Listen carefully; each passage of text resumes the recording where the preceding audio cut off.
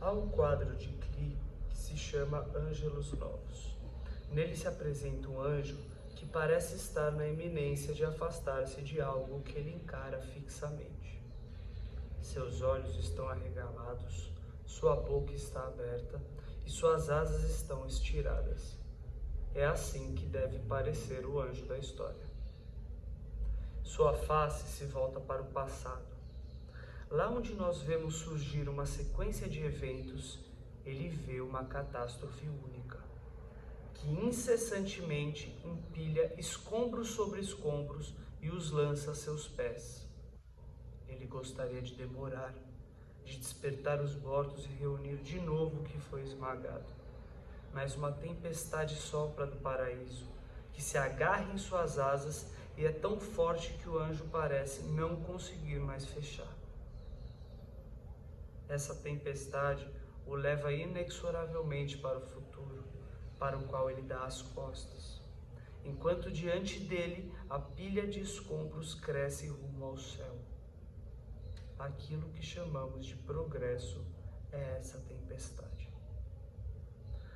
Bom, gente, essa tese é uma tese clássica do texto sobre o conceito de história, do Walter Benjamin, que na minha opinião é um dos textos mais bem escritos do marxismo no século XX, e que tem uma característica que é interessante para a gente aqui nessa aula e que vai ficar mais clara ao longo dessa exposição. Ela possui um conteúdo profundamente antipositivista, um olhar crítico sobre a história da civilização moderna, sobre a filosofia que sustenta a civilização moderna enquanto tal.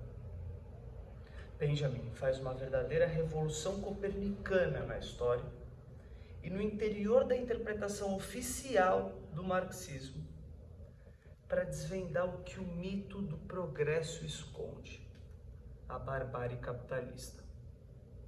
Antes da gente entender o sentido desse anjo da história de que fala Benjamin, vamos ver o que a filosofia da história marxista, na sua versão mais simplificada e vulgar, tem a nos ensinar, certo? Especialmente após a famosa exposição acerca da Revolução Social, no prefácio à crítica da filosofia política, existe todo um fetiche em desvendar as leis que regem o desenvolvimento da sociedade. Existe, por que não, um certo otimismo em relação à evolução das sociedades, porque, em tese, elas passariam todas pelos mesmos modos de produção, universais e sucessivamente, sendo o comunismo o destino inexorável da humanidade. Essa vulgarização do marxismo entende que existem basicamente 5 formas de organização socioeconômica na história, sem contar o modo de produção asiático, que ele é pouco abordado no Capital. Mas a rigor são essas 5 formas de organização. O comunitarismo antigo, que passa posteriormente ao modo de produção feudal, depois o modo de produção capitalista, que é o que a gente conhece e vive hoje, o socialismo e o comunismo. Cada um desses modos de produção seriam etapas no desenvolvimento da humanidade, cada qual carregando em contradições internas e sendo movidos por essa contradição fundamental, que é a contradição entre o desenvolvimento das forças produtivas e as relações de produção estabelecidas no seio da sociedade.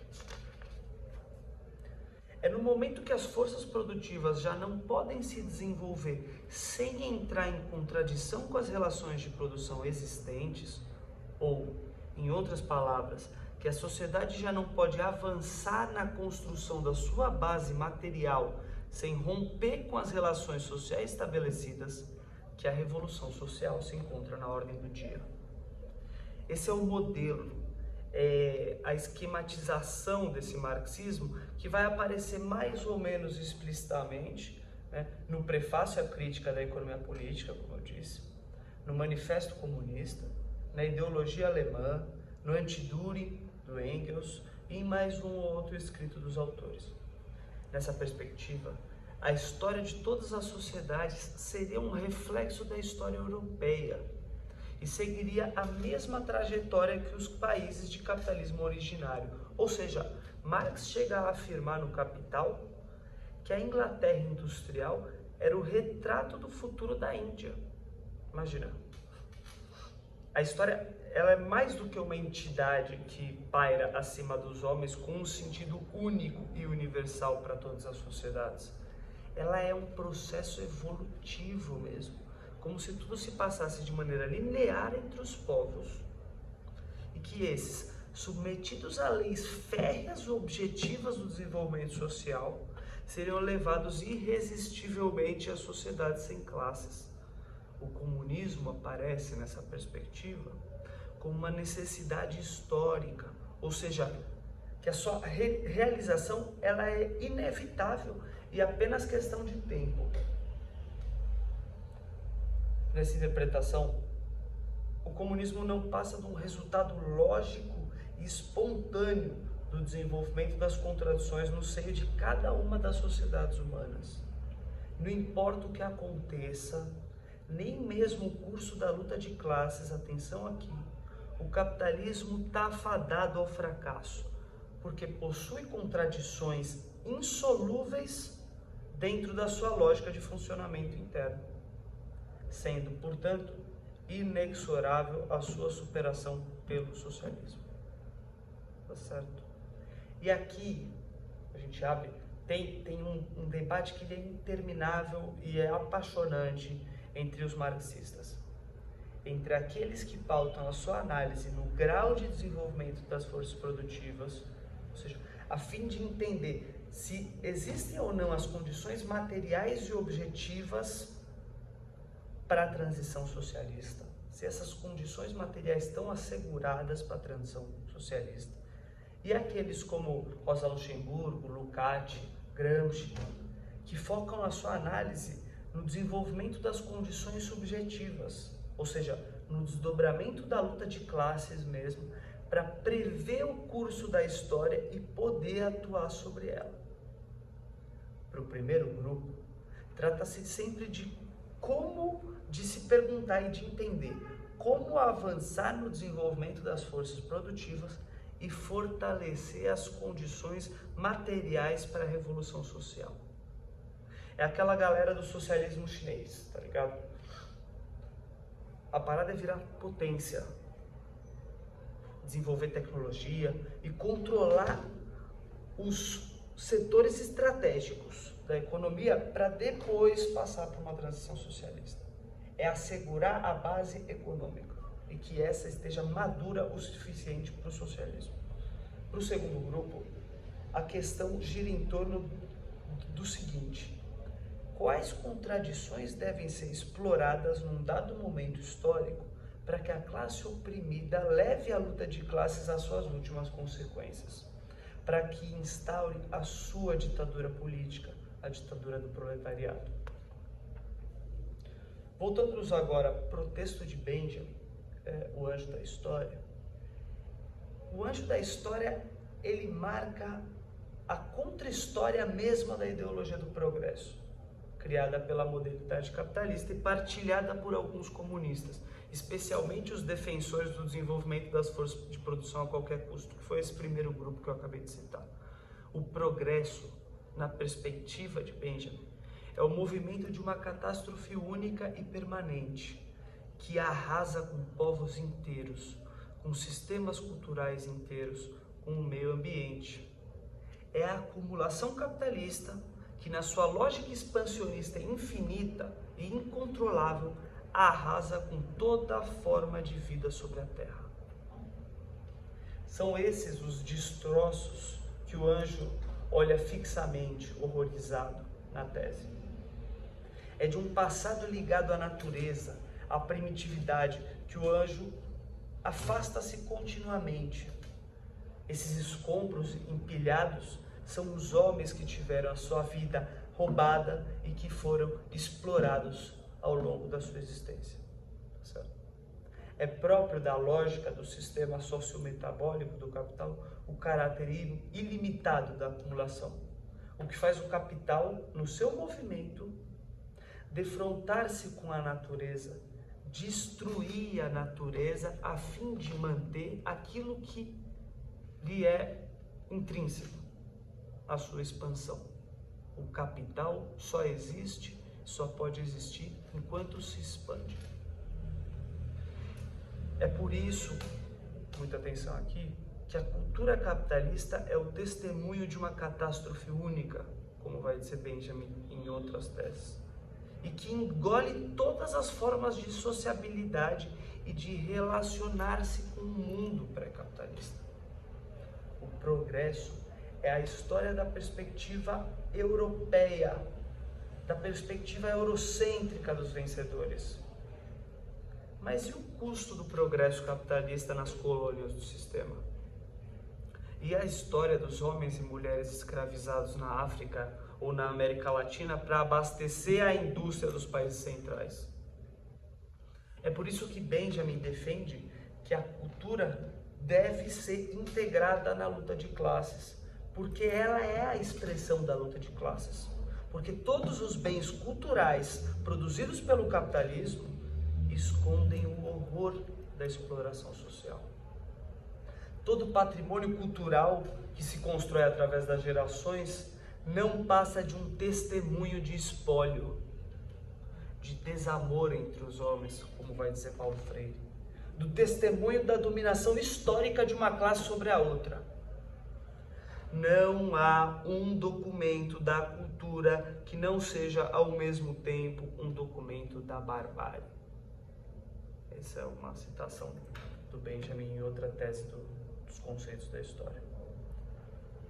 O que é o colonialismo senão a contra-história do desenvolvimento capitalista e da exploração imperial dos países da Europa Ocidental sobre a África e a América Latina, com técnicas de tortura, de câmara de gás, que só depois chegam na Europa na forma de nazismo, como teoriza Aimé Césaire no seu clássico discurso sobre o colonialismo.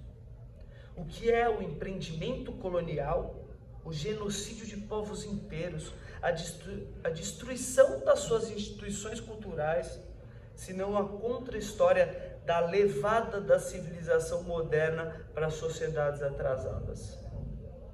Ou a superexploração do trabalho da classe trabalhadora durante a industrialização inglesa no final do século XVIII, senão a contra-história do discurso oficial da historiografia que insiste em tratar o fenômeno da industrialização do ponto de vista estritamente econômico. É por isso que, como diz Benjamin, é preciso escovar a história a contrapelo, contá-la a partir da perspectiva dos vencidos, das classes exploradas. Não apenas como uma forma de contar a história, mas para fazer justiça aos mortos. Uma história que exalta as gradativas conquistas do homem sobre o mundo natural, mas esconde os retrocessos da sociedade por detrás dessas conquistas, bem como o custo dessa forma predatória de relação entre homem e natureza, não pode ser uma história coerente. Por isso, na perspectiva de Benjamin e de muitos desses chamados marxistas heterodoxos, a revolução, atenção, não é um contínuo desse desenvolvimento técnico-científico da humanidade no domínio do mundo natural, mas um momento de ruptura, de freio de emergência para que essa humanidade não seja engolida pelas forças produtivas engendradas por ela mesma. Como Marx fala no discurso professado em Londres em 1856, a humanidade no seu conjunto adquire um poder sempre maior sobre a natureza, enquanto o indivíduo se torna escravo de outros homens. Benjamin e essa corrente do marxismo heterodoxo, como alguns autores chamam, se é que podemos chamar assim, nos alertam que o fim da dialética entre progresso, tese, e a barbárie, antítese, não só pode terminar com a extinção das classes em luta, como diz Marx, mas também com a extinção da humanidade mesma. Por isso que a revolução não é esse processo de empurrar as forças do progresso para frente, como entende o marxismo etapista, dos modos de produção exposto por nós há pouco, mas um freio de emergência. O anjo da história de Benjamin é a representação dramática do afastamento do homem da sua própria humanidade, da alienação dele consigo mesmo, do seu contato autêntico com a natureza, do seu contato não alienado com os dados da realidade, do seu contato existencial com os outros homens que não são mercadorias, são homens de carne e osso. No texto Marxismo e Humanismo da coletânea Por Marx, do maior marxista francês já existiu, eu não canso de falar isso, Althusser, escreve o autor: a história é a alienação e a produção da razão na desrazão, do homem verdadeiro no homem alienado. Nos produtos alienados de seu trabalho, mercadoria, Estado, religião, o homem sem saber realiza a sua essência de homem. Essa perda do homem, que produz a história e o homem, supõe uma essência previamente definida.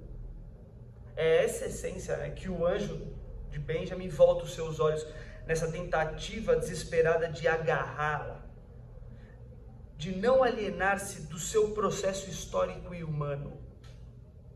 Continua Althusser: no fim da história, e esse é o fim para qual caminha o marxismo, esse homem que se tornou objetividade inumana terá apenas de reaver como sujeito, dessa vez enquanto sujeito, e não mais como objeto, sua própria essência, que fora alienada na propriedade, na religião e no Estado, para se tornar homem total, homem verdadeiro.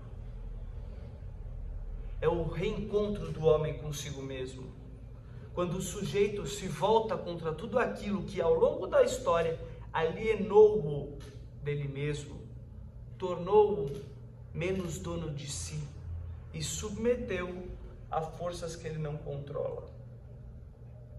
O homem tem que se resolver com todo esse entulho ideológico produzido e amontoado por ele, tá certo? Como diz Benjamin, somente a humanidade redimida poderá reapropriar-se totalmente do seu passado. Isso quer dizer, somente para a humanidade redimida o passado é citável em cada um dos seus momentos. Cada momento vivido transforma-se numa citation à l'ordre do jour. E esse dia é justamente o dia do juízo final.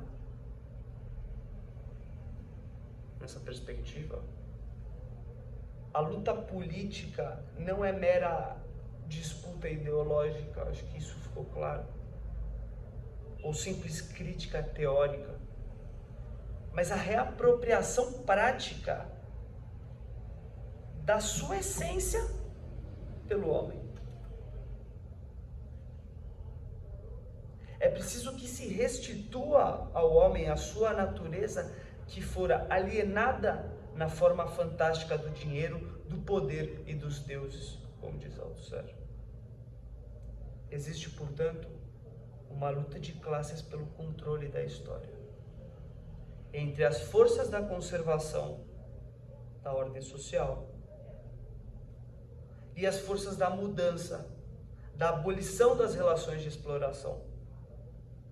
É nisso que consiste, em última análise, os interesses de classe, ou em fortalecer a forma de propriedade existente, ou lutar pela sua abolição.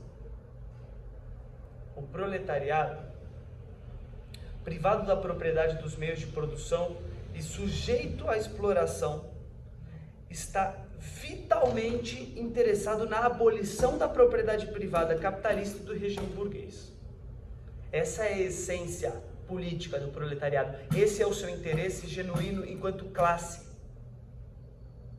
A burguesia, interessada na perpetuação do regime capitalista de exploração e nos meios de reprodução da sua ordem, porque não se trata só de existir a ordem, mas de reproduzir a ordem, deve ligar seu destino à manutenção dessa história reificada, à permanência de uma nova imobilidade na história que devora. Olha o que ele fala. Deve ligar o seu destino, o destino da burguesia, à manutenção dessa história mentirosa, dessa história que aliena o homem dele mesmo, dessa história que transforma o homem em mercadoria, dessa história que reduz o sujeito, o ser humano, a coisa. A burguesia está interessada que essa história se mantenha dessa maneira, enquanto história reificada, na permanência dessa imobilidade da história que não pode se mover, dessas relações de produção que devem se eternizar e se aparecer para os homens enquanto relações naturais. Como escreve Freire, do ponto de vista das elites, a questão se apresenta de modo claro. Trata-se de acomodar as classes populares emergentes, domesticá-las em algum esquema de poder ao gosto das classes dominantes.